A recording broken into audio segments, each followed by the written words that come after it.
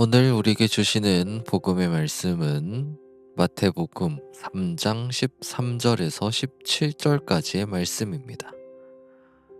그때에 예수님이 갈릴레아로부터 요르단강의 요한한테 다다르셨다. 요한에게 세례를 받으시려는 것이었다.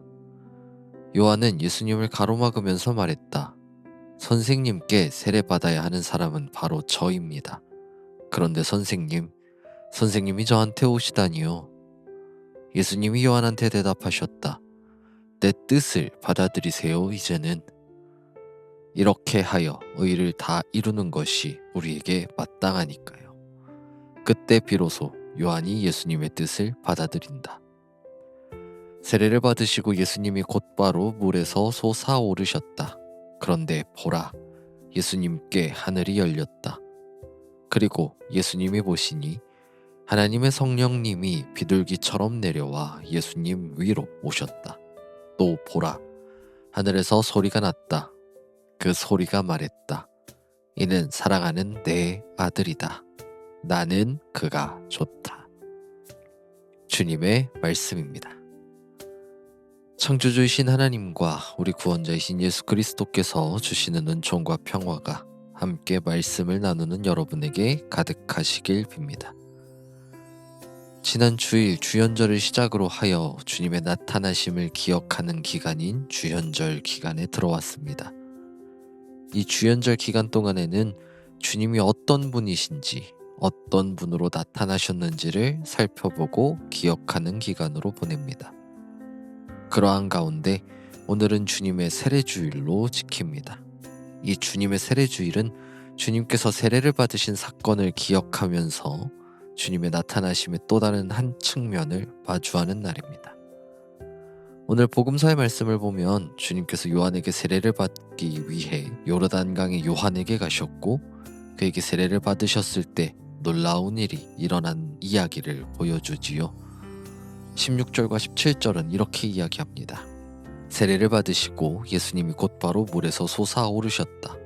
그런데 보라, 예수님께 하늘이 열렸다. 그리고 예수님이 보시니 하나님의 성령님이 비둘기처럼 내려와 예수님 위로 오셨다. 또 보라, 하늘에서 소리가 났다. 그 소리가 말했다. 이는 사랑하는 내 아들이다. 나는 그가 좋다.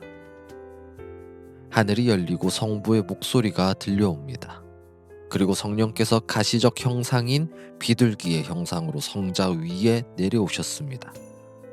이러한 주님의 세례 사건은 삼위일체의 신비가 드러나는 현장임을 보여줍니다. 그런데 여기서 한 가지의 질문이 생깁니다.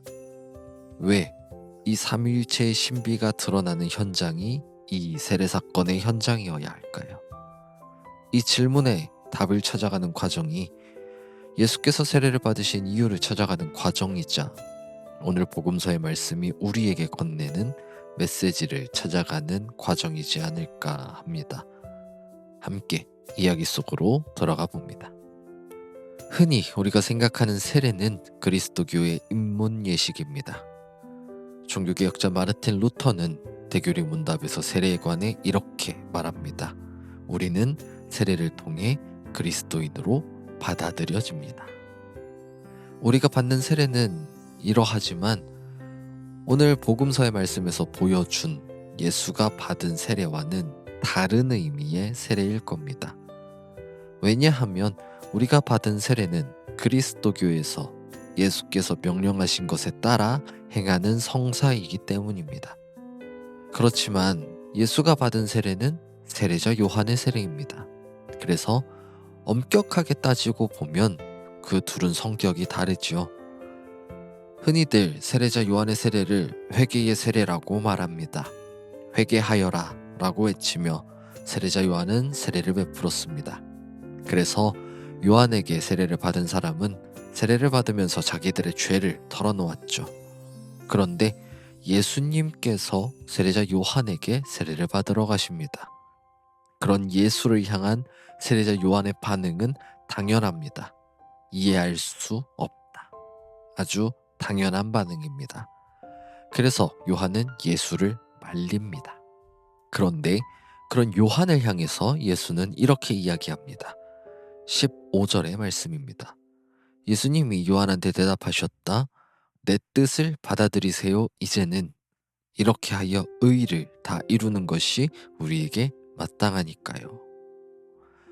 여기서 우리는 예수가 말하는 자신이 세례를 받아야 하는 이유를 발견합니다. 자신이 세례를 받는 것이 의를 다 이루는 마땅한 일이라는 이야기입니다. 이 말을 반대로 보면 예수가 세례를 받지 않으면 의를 다 이루지 못한다는 말입니다. 여기서 예수가 말하는 의라는 말은 다른 말로 보면 하나님의 뜻이라고도 볼 수 있을 것 같습니다. 그러하니 예수의 말이 의도하는 바가 무엇일까요? 더글라스 헤어라는 신학자가 이 부분에 관해서 이렇게 설명을 합니다. 왜 마태는 메시아가 세례를 받는 것이 하나님의 뜻을 이루는 것이라고 간주했을까? 이 질문에 대한 가장 그럴듯한 대답은 예수와 죄인들과의 연대의식을 강조하는 것이다. 죽음의 세례에 복종함으로써 그의 백성을 그들의 죄에서 구원할 자는 요르단강 물속에 있는 죄인의 무리에 연합함으로써 그의 소명에 자기 자신을 바쳐야만 한다. 그들의 주님이며 왕이 되기로 정해진 자로서 그는 하나님의 백성을 새롭게 하는 예식을 받아들인다. 그러나 그렇게 함으로써 그는 갈보리로 향하는 그의 첫 발을 내딛는다. 여기서 우리는 한 가지 표현에 주목해야 합니다. 바로 예수와 죄인들과의 연대의식이라는 표현입니다.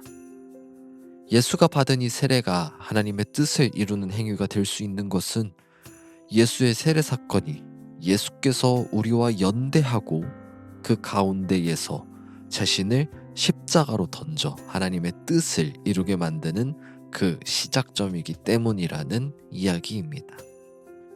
이와 같은 이야기를 총신대학교의 강대훈 교수님께서 이렇게 표현합니다. 예수는 죄인이 아닌데도 죄인이 회개의 표로 받아야 하는 세례에 참여함으로써 자신을 죄인들과 동일시하신다. 죄인들을 구원하러 오신 분이 요한에게 와서 죄를 자복한 백성처럼 세례를 받으시는 것이 하나님의 뜻을 이루는 것이다. 세례는 예수의 대속적 죽음을 상징한다. 하나님은 예수와 연대 관계에 있는 사람들을 그의 대속적 희생을 통해 회복시키실 것이다. 신자들은 그리스도의 속죄를 통해 주어지는 혜택을 받으며 회개와 믿음을 통한 탄생을 경험하게 될 것이다. 삼위일체의 신비가 이 죄인들과 함께하는 강렬한 연대의 순간에 일어났습니다. 그 연대의 순간에 성부의 목소리가 하늘에서부터 울려 퍼집니다. 이는 사랑하는 내 아들이다. 나는 그가 좋다. 그리고 성령께서 비둘기처럼 나타나시어 성자 위로 내려오셨습니다. 이러한 모습은 삼위일체의 신비가 드러나는 자리이자 그리스도의 구속사건 전체에 대한 승인의 모습이기도 합니다. 이러한 모습이 오늘 할당된 구약의 말씀에서도 드러납니다. 오늘 할당된 구약의 말씀은 이사야서 42장인데요. 여기에서 제2 이사야는 이렇게 외칩니다. 보라, 나의 종이다. 내가 그를 붙들고 있다. 내가 골라 뽑은 사람이지. 내 마음에 들어. 내가 내 영을 그의 위에 두었다. 그가 정의를 민족들에게 이루어 줄 것이다. 마태복음에 나타나는 표현과 이 이사야서 42장 1절의 표현을 1대1로 비교해보면 차이가 있습니다만 공통적으로 나타나는 모습이 있습니다. 하나는 하나님께서 자신이 택한 존재를 마음에 들어 한다는 것이고, 또 다른 하나는 그 택한 존재 위에 성령이 임했다는 사실입니다. 구약의 말씀이나 오늘 복음서의 말씀이나 하나님의 뜻을 이루기 위하여 하나님께서 선택한 사람에게는 성령이 수여됨을 고스란히 보여줍니다. 그리고 그 임한 성령은 하나님께서 맡기신 그 뜻을 완수할 수 있도록 돕습니다. 이 삼위일체의 신비가 드러난 예수의 세례 사건이 그리스도의 구속 사역의 시작이라고 한다면 우리가 받은 세례는 그리스도인으로서의 시작점입니다. 그렇기에 각각의 세례가 시작점이라는 공통점을 가지고 있죠. 우리는 세례를 통해서 그리스도인이 되었습니다. 그리스도와 함께 죽음의 물속으로 내려갔다가 그리스도와 함께 물에서 올라왔습니다. 그렇게 우리는 새로운 삶, 그리스도인으로서의 삶을 살아가게 되었습니다.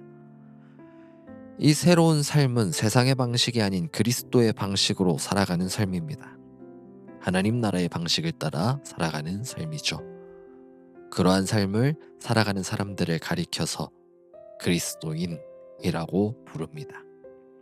그래서 주님의 세례 사건을 기억하는 오늘, 우리가 그 삶을 시작했던 세례의 순간을 떠올려 봅니다. 어떤 분은 그 세례의 때가 기억나지 않으실 수도 있습니다. 저도 기억을 하지 못합니다. 왜냐하면 저는 유아 세례를 받았기 때문이죠. 그러나 내가 세례를 받았던 그 때를 기억하든 기억하지 못하든 그 세례라는 시작점에서부터 지금까지 우리는 그리스도인으로서 그리스도인다운 삶을 살기 위해서 매 순간 발버둥치며 삶을 살아왔습니다. 우리 삶의 모든 순간이 그리스도인다운 삶이면 좋겠습니다만 그렇지 않는 게 현실이더군요. 그리스도인으로 살아간다는 게 참 쉽지 않은 일임은 분명합니다. 그러나 그렇다고 해서 좌절할 필요는 없습니다. 우리가 세례를 받던 그 순간 하나님께서는 우리를 향해서 이는 사랑하는 내 아들, 사랑하는 내 딸이라고 말씀하셨고 나는 그가 좋다 라고 말씀하셨습니다. 이 말씀이 우리가 세례를 받던 그때에만 국한된 것이 아니라 오늘날까지도 계속해서 우리를 그렇게 바라보고 계십니다. 더 나아가서 우리 가운데 거하시는 성령께서 우리를 다시금 일어나게 하시고 다시금 그리스도인다운 삶을 살아가도록 우리를 돕고 계시고 있죠. 그렇기에 그리스도인으로 살아가면서 어려움이 발생하는 순간이 있을 때, 내가 그리스도인으로 살아가다가 넘어지는 때, 발버둥치다가 힘이 들 때, 바로 그때 여러분이 받은 세례를 한번 떠올려 보십시오. 여러분이 그리스도인이 되었던 그 처음의 순간을 떠올리십시오. 그때의 기억이, 그때 느꼈던 감정과 감격이 삼위일체 하나님의 능력과 더불어서 여러분을 다시금 그리스도인의 삶으로 이끌어갈 것입니다. 그때를 기억하면서 그리스도인으로 삶을 살아내며 달려갈 때 모든 지각 위에 뛰어난 하나님의 평강이 그리스도 예수 안에서 여러분의 마음과 생각을 지키실 것입니다. 아멘.